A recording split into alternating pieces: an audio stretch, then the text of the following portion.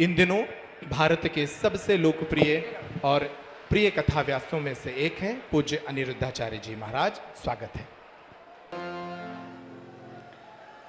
उपस्थित सभी भक्तजनों को जय श्रीमन्नारायण, जय श्री कृष्णा।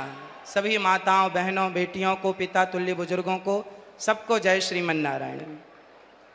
पूज्य मलुक पीठ वाले महाराज जी, जिनके चरणों की धूल ये दास बनने की कोशिश कर रहा है, ऐसे पूज्य स्वामी जी, भगवत तुल्य पूज्य स्वामी जी के श्री चरणों में और पूज्य संत श्री आप सभी विद्वानों के, गुरुजनों के और संतों के श्री चरणों में बारंबार नमन।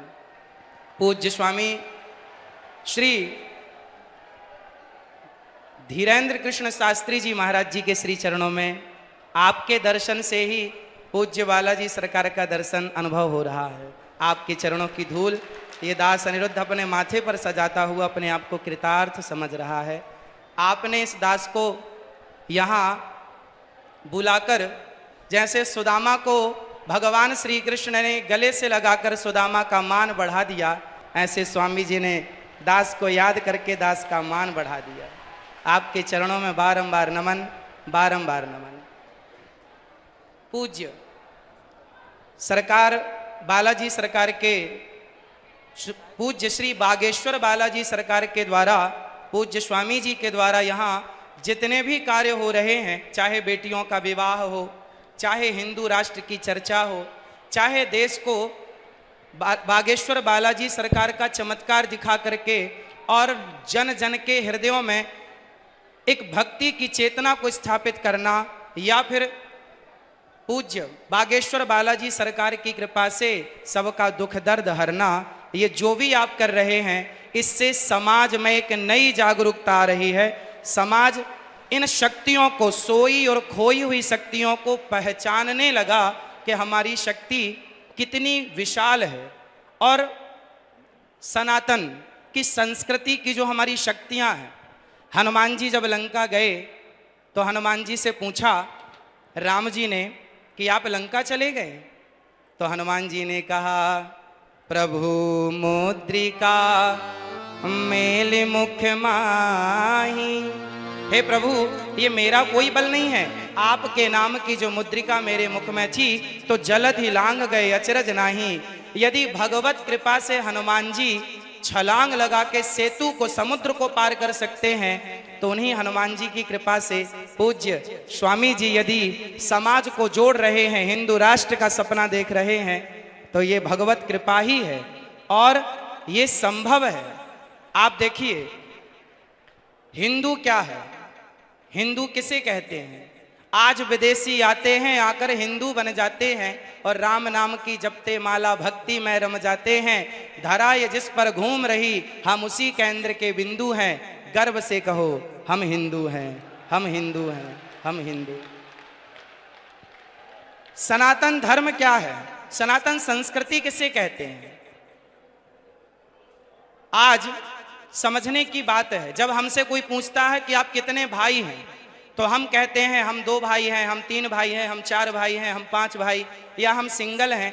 हम ऐसा परिचय देते हैं। यदि आप कितने लोग चाहते हैं कि हिंदू राष्ट्र बनना जरूरी है, चाहते हैं, तो आज से अपना परिचय बदलिए।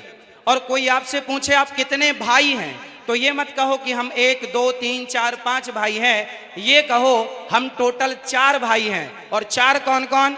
ब्राह्मण, क्षत्रिय, वैश्य और शूद्र। हम चारों जब संगठित होंगे तब हिंदू राष्ट्र बन सकेगा। यदि हम संगठित नहीं हुए तो केवल सपने ही रह जाएंगे। इसलिए आज से हम कितने भाई हैं? कौन कौन? ब्राह्मण, क्षत्रिय, वैश्य, शूद्र। ये चारों मिलकर जहां सुमति तहां संपत्ति नाना, जहां कुमति तहां विपत्ति निदाना। जहां संगठन होता है ना, वहीं विजय होती है। जहां एकता है वहां सब कुछ है। संसार की हर खुशी वहां है जहां एकता है। यदि हम बिखर गए, मुगलों ने, अंग्रेजों ने क्या किया? हम हिंदुओं को, हम सनातनियों को लड़ाया, आपस में लड़ाया। फूट डालो शासन करो किसका नारा था? तो आपस में लड़ाया उन्होंने, हम लड़ते चले गए और लड़ने का परिणाम ये हुआ कि हमारे देश के टुकड़े टुकड़े हो गए। केवल लड़ाई का परिणाम है ये। यदि हम संगठित रहते तो क्या मजाल किसी की कि हमारी तरफ कोई आंख उठाकर देख लेता।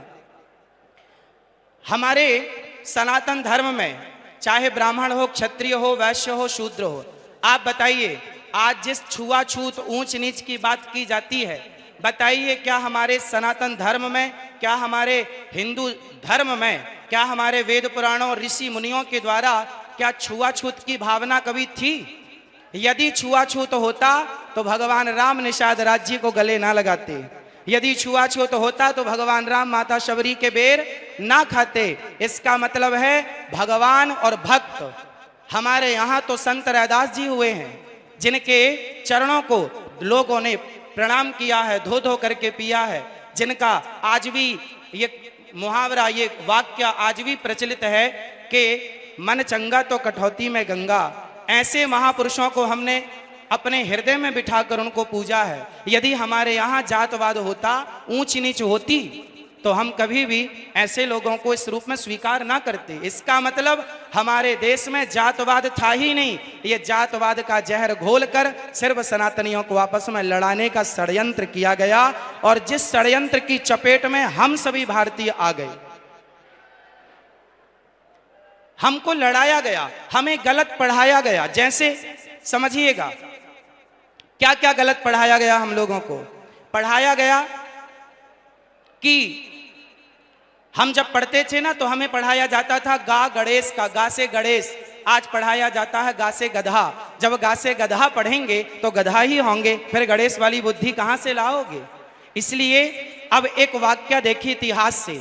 लोग कहते हैं कि हिंदू धर्म में सती प्रथा थी, राजा राम मोहन राय जी ने इसे बंद किया। ये जो जानकारी है ना, ये अधूरी जानकारी है। हमारे देश में, हमारे वेदों में, पुराणों में, ऋषि मुनियों के द्वारा हमारी संस्कृति में कभी भी सती प्रथा नहीं थी। यदि थी तो वह किस रूप में थी वो समझने की जरूरत है। हमारे यहाँ ऐसा नहीं था कि पति मर गया तो उसे जबरदस्ती चिता में डाल दिया जाए, ऐसा नहीं था।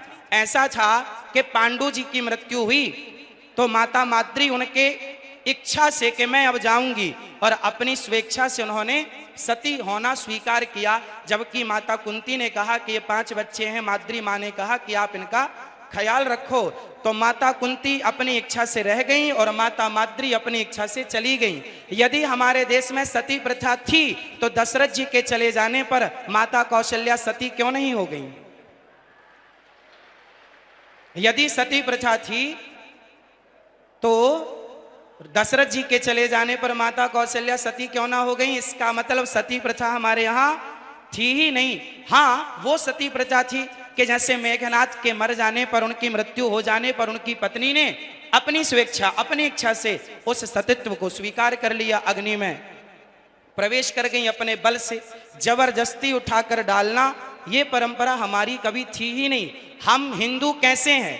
आज इस धरती पर जितने भी मजहब, जितने भी पंथ हैं, आप सबसे मिलकर देखिए हिंदू कौन है। हिंदू एक विचारधारा है, हिंदू एक सोच है। अहिंसा ही परमो धर्मः, जहां अहिंसा की बात होती हो वो हिंदू हैं।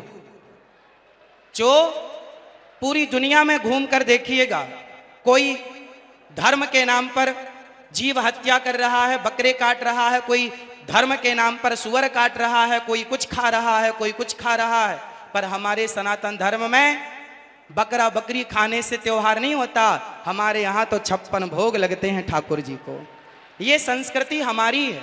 हम अहिंसा ही परमो धर्म बात मानते हैं। अहिंसा हमारे यहाँ चींटी को भी दाना डाला जाता है, कुत्ते को रोटी और गाय को प्रथम रोटी और कुत्ते को अंतिम रोटी डाली जाती है। जहाँ कुत्ते का भी आदर हो, जहाँ गाय का भी आदर हो, जहाँ पीपल का भी आदर हो, जहाँ नदियों और समुद्र का भी आदर हो, जहाँ पत्थरों की पूजा हो, वही तो सनातन है। जहाँ माँ को भगवान माना जाए, पिता को भगवान, मातृ देवो भव, पितृ देवो भव, अतिथि देवो भव, और ऐसे आचार्य देवो भव। जहाँ ऋषि मुनियों को आचार्य मानकर उनको प्रणाम किया जाए भगवान की दृष्टि से। ये संस्कृति अपने आप को सबसे छोटा और हमारे पूज्यों को सबसे बड़ा मानने वाली संस्कृति ही सनातन संस्कृति है। और गर्व से कहो आप लोग कि हम हिंदू हैं। ये धरा ये जिस पर घूम रही, हम उसी केंद्र के बिंदु हैं। गर्व से कहो गर्व से कहो।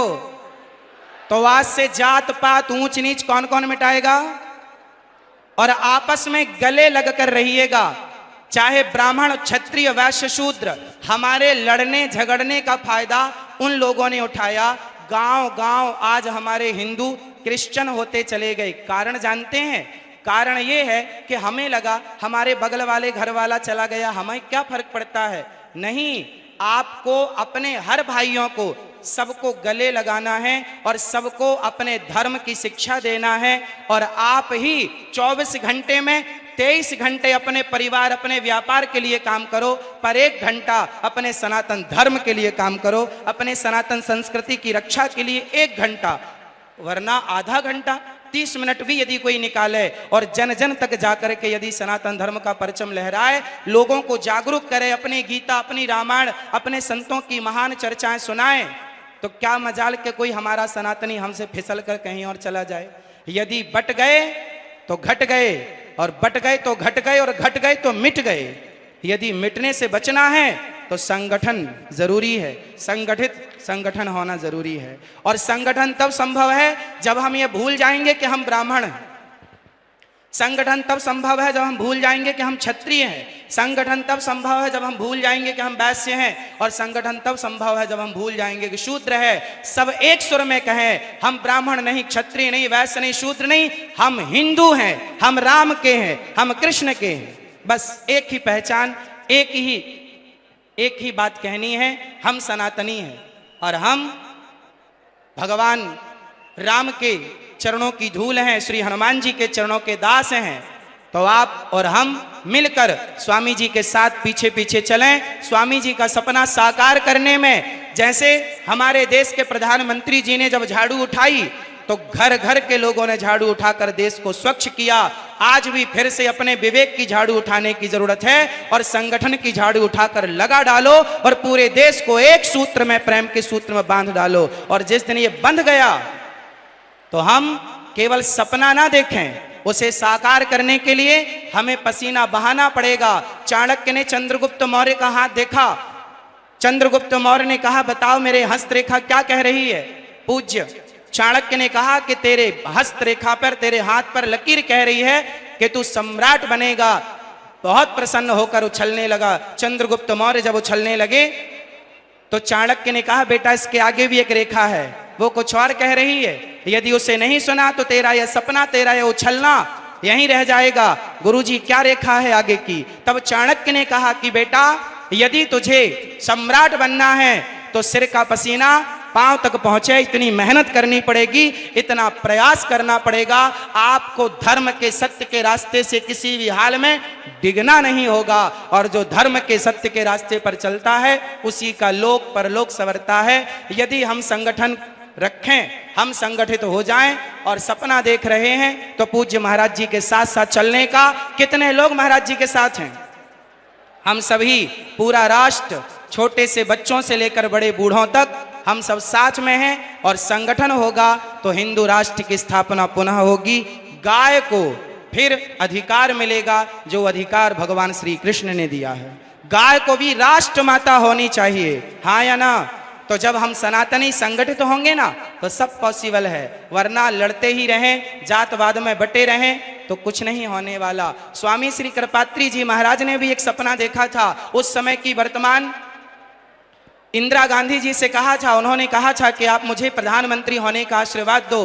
पूज्य महाराज श्री ने कहा था कि मैं आशीर्वाद तो दूंगा पर गाय को राष्ट्रमाता घोषित करनी पड़ेगी। पर वो जीतने के बाद वायदे भूल जाते हैं और हम इसलिए पीछे हो जाते हैं कि हम संगठित नहीं हो पाते। मूल जड़ है संगठन, जहां सुमति तहां संपत्ति नाना, यह चौपाई याद रखिएगा और पूज्य महाराज जी के साथ साथ चलते रहिएगा। पूज्य बागेश्वर बालाजी सरकार की, पूज्य बागेश्वर बालाजी सरकार की जय। पूज्य महाराज जी के चरणों में दास का बारंबार नमन। और आपका ये प्रयास अति शोभनीय है। ऐसे महान पुरुषों के सानिध्य में आप ये प्रयास कर रहे हैं। इतना बड़ा प्रकल्प है, इतनी बड़ी यात्रा है, हम सब आपके साथ हैं और सभी मिलजुल करके हम अपने देश की सेवा करेंगे। जिस प्रकार से जरूरत पड़ेगी उस प्रकार से सेवा करेंगे। सभी गुरुजनों के श्री चरणों में दास का बारंबार नमन। सबको जय श्रीमन नारायण, जय श्री कृष्णा।